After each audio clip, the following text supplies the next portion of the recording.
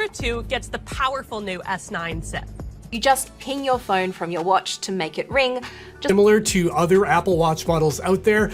Apple has been branding products as SE for quite some time. 3 feel like a much more premium watch. And it's all 6 months with a Series 10, it actually has felt like a bigger upgrade than... It's funny how the best Apple Watch might already be on your wrist.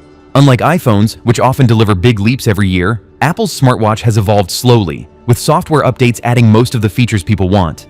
That means there's no need to buy new every year, unless your model is ready for retirement. Apple Watch in 2025. What's changed? By 2025, Apple Watches have become the gold standard for iPhone users. Yes, there are plenty of third-party smartwatches out there, but none of them match the deep integration you get with iOS, iPhones, and Apple's ecosystem. Features like Apple Pay, notifications, calls, messages, and maps are built directly into the watch. The latest Apple Watch models now run on watchOS 26, officially released on September 15, 2025. To use watchOS 26, your Apple Watch must be paired with an iPhone running iOS 26. That means you'll need at least an iPhone 11 or later. And what has this update brought? A lot, actually. Apple is introducing an AI-powered motivational workout coach called Workout Buddy, a new flick of the wrist gesture to clear notifications, a fresh visual design, plus smarter ways to handle messages, spam, and even control volume. So before you even consider buying a new watch, ask yourself, is your current Apple Watch still receiving updates? If it is, you might be fine holding on for another year. If not, let's look at the best models available in 2025. Apple Watch Series 11. Let's start with the Apple Watch Series 11, the model that earned a 4.5-star rating and an Editor's Choice Award. This is the watch that sits right in the middle of the lineup, and for most people, it's the one that makes the most sense. The Series 11 looks a lot like the Series 10 before it, but there are important upgrades here. The biggest improvement is battery life. For years, Apple Watches struggled to last beyond a single day. Apple rated the Series 11 for 24 hours, but in real-world testing, it lasted an impressive 43 hours. Durability also got a boost. The Series 11 adds an Ion X coating to the display, which makes it more resistant to scratches. Connectivity stepped up too. The Series 11 is the first in the main line to include a 5G antenna. On the health side, this watch packs in a lot of sensors. It can track your heart rate, run ECGs, measure skin temperature, and with FDA approval, it can now send hypertension notifications alerts that could warn you if your blood pressure is trending dangerously high. And then there's the software. The Series 11 runs watchOS 26, which adds some useful features. The Series 11 is priced around $439 at Amazon, and at that point, it hits the sweet spot. It gives you durability, great battery life, reliable health sensors, and helpful software features. Apple Watch Series 10. The Apple Watch Series 10 is Apple's flagship and the one that makes sense for most people. It starts at $399, and it's available in two sizes, 42mm and 46mm. What stands out most is its design. This is the thinnest Apple Watch ever made, just under 1 centimeter thick, which means it slides easily under shirt cuffs and feels light on your wrist. The larger 46mm version even has the biggest screen Apple has ever put on a watch, just edging out the Ultra 2 in terms of display size. The OLED screen is crisp, always on, and bright enough to read in direct sunlight or at an angle. In daily use, it feels smooth and responsive, thanks to the new S10 processor. On the 46mm version, you can expect around 2 days of battery life with light use, and still enough power to track a marathon if you're into long-distance running.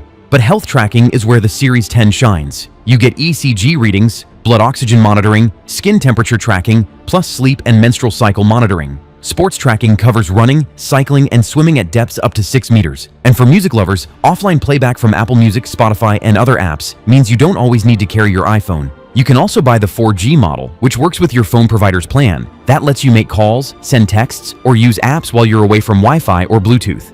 Apple Watch SE 3. Not everyone wants to spend nearly $400 on a smartwatch, and that's where the Apple Watch SE 3 comes in. At around $239.99, it's one of the most affordable options in Apple's current lineup. Here's the interesting part, it actually shares the same processor as the Series 11.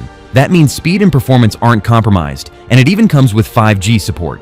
Like the Series 11, it runs watchOS 26, so you still get features like Sleep Score, Workout Buddy, and gesture controls. The SE 3 even managed to outlast the Series 11 in battery tests. While the Series 11 gave us 43 hours, the SE 3 stretched to 46 hours on a single charge. That's a huge selling point if you want fewer charging breaks. Of course, being cheaper means it has limits. It doesn't have hypertension notifications, blood oxygen monitoring, or ECG functionality, but for the price, it's still impressive. Apple Watch SE 2nd generation. If you want to save some money, the Apple Watch SE is still Apple's cheapest new option in 2025. It starts at $219 and comes in two sizes, 40mm and 44mm. The SE is basically a cut-down version of the Apple Watch. Its design comes from the older Series 6 from 2020, which means it's a little thicker and has chunkier bezels. The OLED display isn't as bright as the Series 10, and it doesn't stay on all the time. You'll need to raise your wrist to see it. Performance is powered by the S8 chip from the Series 8, which means you miss out on newer features like offline Siri, the double tap gesture, and the larger 64 gigabytes of storage. Instead, you only get 32 gigabytes for apps and offline music. In terms of health, it still tracks workouts and heart rate, but you won't get ECG, blood oxygen, or skin temperature measurements. Despite those cutbacks, you do get all the essentials that make an Apple Watch useful: Apple Pay, notifications, calls, and messages on your wrist. Battery life is similar to the Series 10 at about 2 days. Apple Watch Ultra 3. Now let's talk about the beast in the lineup, the Apple Watch Ultra 3. This is Apple's premium option, and it's priced at $799. That's more than double the SE3, and even higher than some iPhones, which tells you exactly where it stands. So what do you get for that price? First, battery life. The Ultra 3 is unmatched here, lasting nearly 3 full days on a charge. That's the longest of any Apple Watch ever. Then there's satellite connectivity. This is a feature you won't find on the SE3 or the Series 11. If you're hiking, mountain biking, or diving in an area with no cell service, the Ultra 3 can connect to satellites. Durability is also a big deal here. The Ultra 3 is built to handle extreme conditions. It has a superior altimeter, a depth gauge, and a stronger GPS antenna, making it the best choice for serious adventurers and athletes. Apple Watch Ultra 2. At the other end of the lineup is the Apple Watch Ultra 2. This is Apple's biggest, most rugged, and longest-lasting watch, starting at $779. The Ultra 2 only comes in one size, 49mm, and it's built from titanium in either black or natural finishes. The sapphire crystal display is scratch-resistant, and the body is chunky but premium-looking. There's a bright orange action button that can be used for shortcuts like starting workouts, and a large digital crown designed for use with gloves. The display is one of its highlights. It's 1.5 times brighter than the Series 10, hitting up to 3000 nits, which makes it incredibly easy to read even in harsh sunlight. It can even act as a flashlight. Inside, the Ultra 2 uses the S9 processor and matches the health and fitness features of the Series 10 ECG, blood oxygen, skin temperature, and all the usual sports tracking.